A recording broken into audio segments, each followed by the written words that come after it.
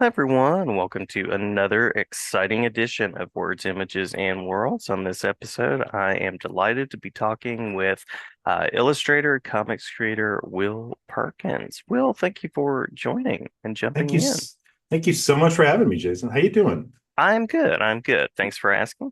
Thanks for asking. Glad to feature you. And I know that folks out there will know you for the book series Goblin. There are two volumes in that series currently. Any other titles or types of work that you'd like to mention before we dive in? Sure. I got started with making Beware for 215 Inc. They're now Mhm, rebranded mhm. as Invader Comics. And Eric and I actually got our start at Dark Horse doing well, our start together, I should say, doing a book called Gregory Suicide for them back, I believe it was 2017 when we came out.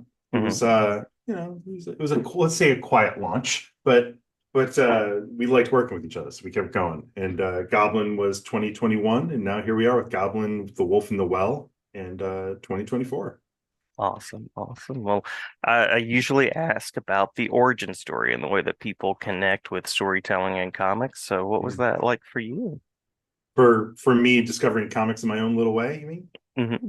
Yeah, like a lot of people my age, probably The Dark Knight Returns was a big one. Yeah. I was kind of like a latchkey kid in terms of libraries and I was allowed to just kind of like let loose and wander the library. And if you remember back then, you'd had like if you were able to even find a comic or comic strip in your library, it was like maybe The Far Side, Calvin and Hmm. Hobbes, and then Hmm. like stuff between them was like two greatest, what I thought was like greatest hits of Batman, which reality was The Dark Knight Returns, like a nice leather bound book.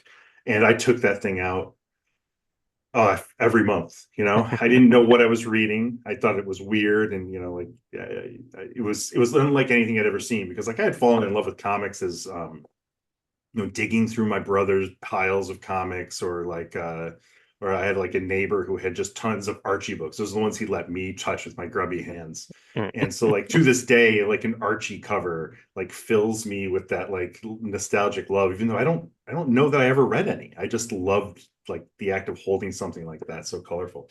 But that was it for me. I was in. And my mom says that I was they were worried I wouldn't be a reader. And then for whatever reason, comic books, that was the key. I've never stopped. Awesome. Yeah, awesome, awesome. Well, you mentioned Eric Grissom. How did this collaboration come to be and what have been sort of the secret ingredients? Well, Eric and I both started out at 215 Inc. I mean, at least that's where I met him. He had at the time with Philip Sloan was doing Dead Horse for them, and we just happened, luckily, both tabled at the same time at New York Comic Con back then. I think this must have been in like 2014. And you think nothing of it. You spend like, an hour just kind of enduring New York Comic Con together. And when were putting together, he was making was Planet Gigantic, a book that he had put out, I think with Action Lab back in the day. And they wanted just like a little backup story. And I had drawn a bunch of frogmen, so he had something that required that. And I was like, all right, well, I'll give it a shot. And I loved it. It was only like, I want to say like 9 pages max, Hmm. but his style reminded me so much of like the Never-Ending Story, like that kind of like gritty, dark, Germanic fantasy. Yeah. Um, that like tortured soul fantasy that I was lock, stock, but I was in.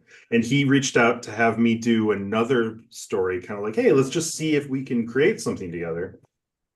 And he had written Gregory's Suicide, but at that point it was like a one shot, just a Hmm. single floppy.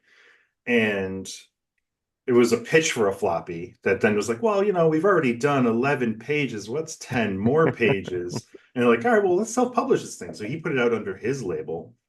And we then kind of had this perfect floppy we could just pitch around to different people. I mean, when you could just hand someone a literal comic book in order to try to like convince them, at least in the naughties, that was the way to go. And Dark Horse seemed really, really enthusiastic. We got a nice response from them. They put out a fantastic hardcover for us. Um, Unfortunately, it was titled Gregory's Suicide at not a really great time, so it was kind of hard to talk about on a lot of social platforms. It was an interesting approach, but it's this wonderful story that Eric wrote in this kind of like near future post-apocalypse dystopian rather.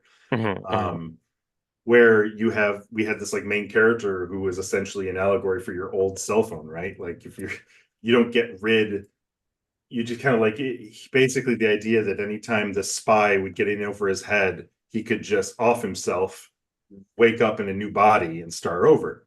Hmm. Hmm. But it was like, you know, it was an action comic that wasn't about the action. You know, it was a lot more intimate about that, and I just loved it.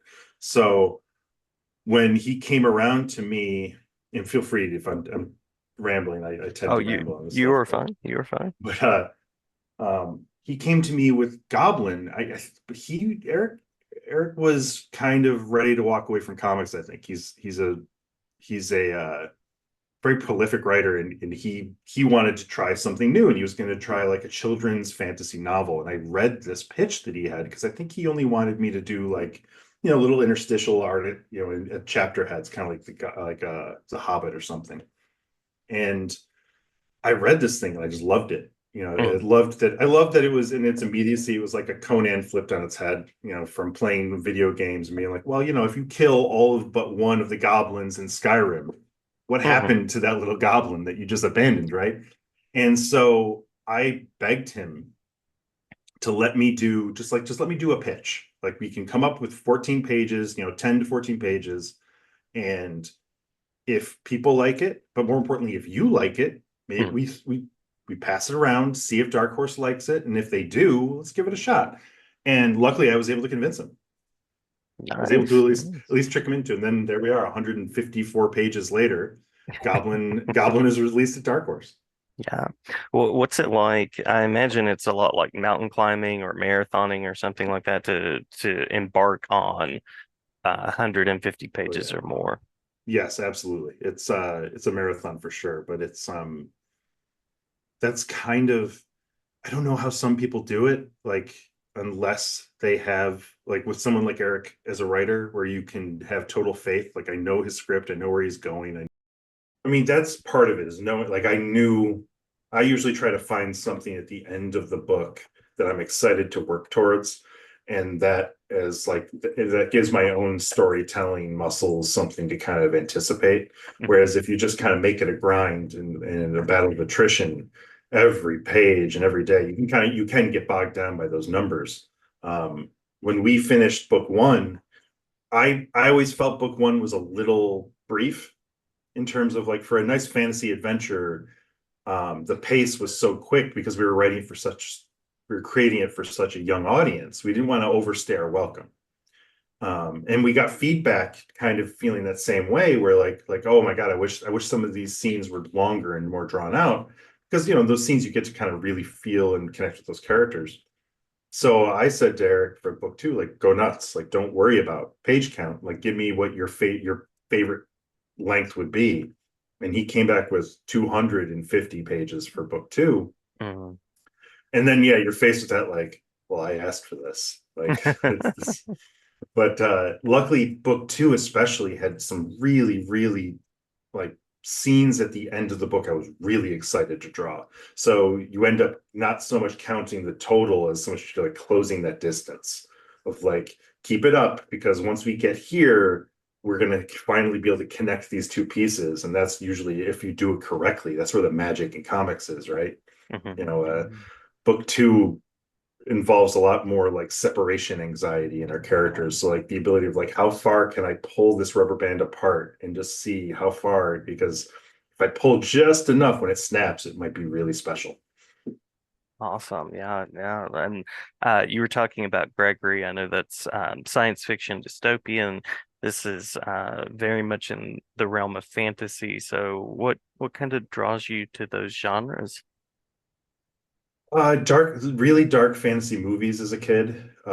Hmm. Stuff in animation, a lot of Don Bluth, you know, like where it was like it was Hmm. for kids, but it was also like I always feel like with a lot of that stuff, Jim Henson, a lot of stuff we grew up loving was always like, you know, what would really make sure they remember this lesson? Fear. fear and anxiety. Yeah. And Eric, thankfully, he when the first book came out was like, here's the movie legend, and more importantly, the Tangerine Dream soundtrack. I want you to like this become your Bible.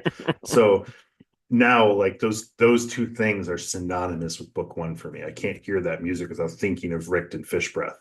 Um, in having those kind of like those things as touchstones while you're working on it is really helpful. But like, the never ending story, right? Like that meant the world to me as a little kid. And it specifically that tone where like, it's a wonderful adventure for children, but you're not safe at any time in that story. Mhm, And mhm. the usual advice is make something that you don't see out in the world. Create the thing you want to read. And like I just, fantasy either ends up being too fluffy. I wanted to Mhm. make something that was middle grade aimed, but still felt like a comic book, didn't Yeah. feel like a children's book.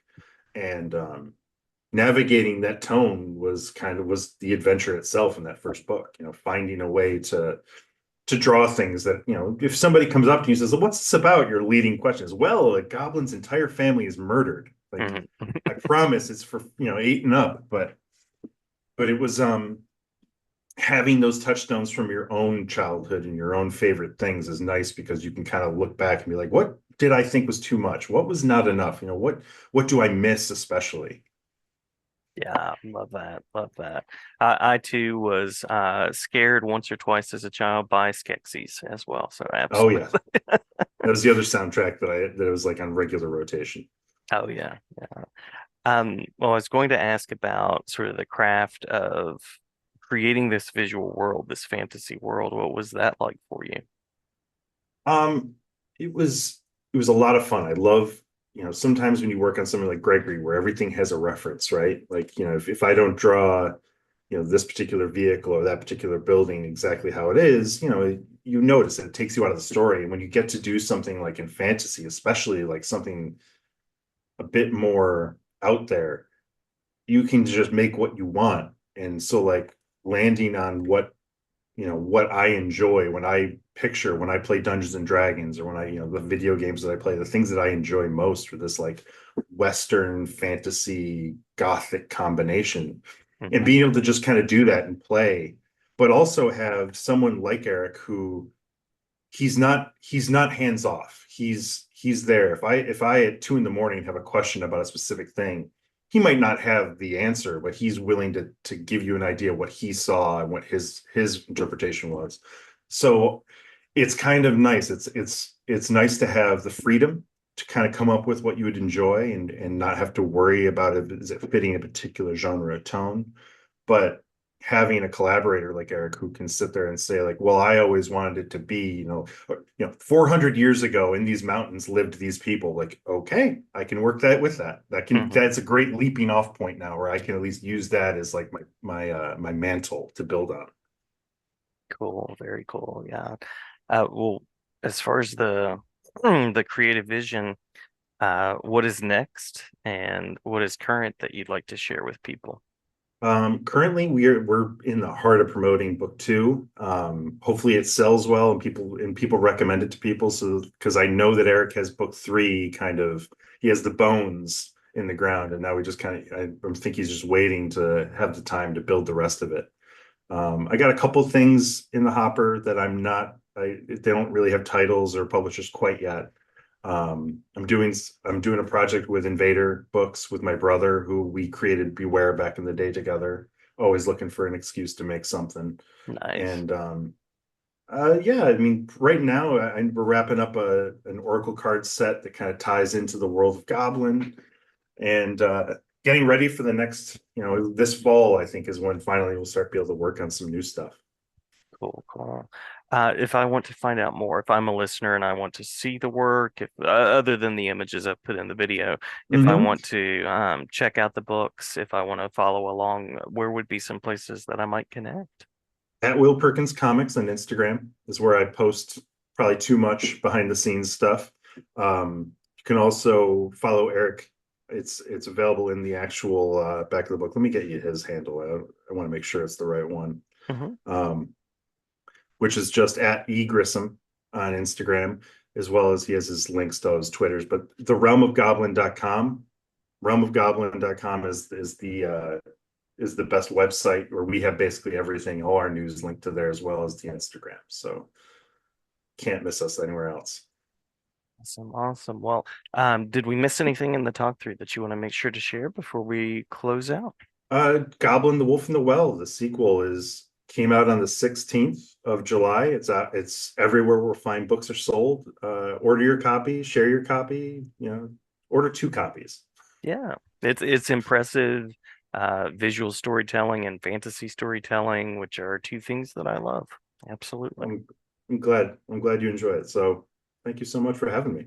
A pleasure, a pleasure. And Will, glad to have you back anytime as you're talking about book three, continuing journeys, the projects that you mentioned that are out on spec, and anything else. No, that'll be it, man. Thank you so much for having me. Anytime you want, I'm here for you. Awesome. Thanks so much. Thank you, man.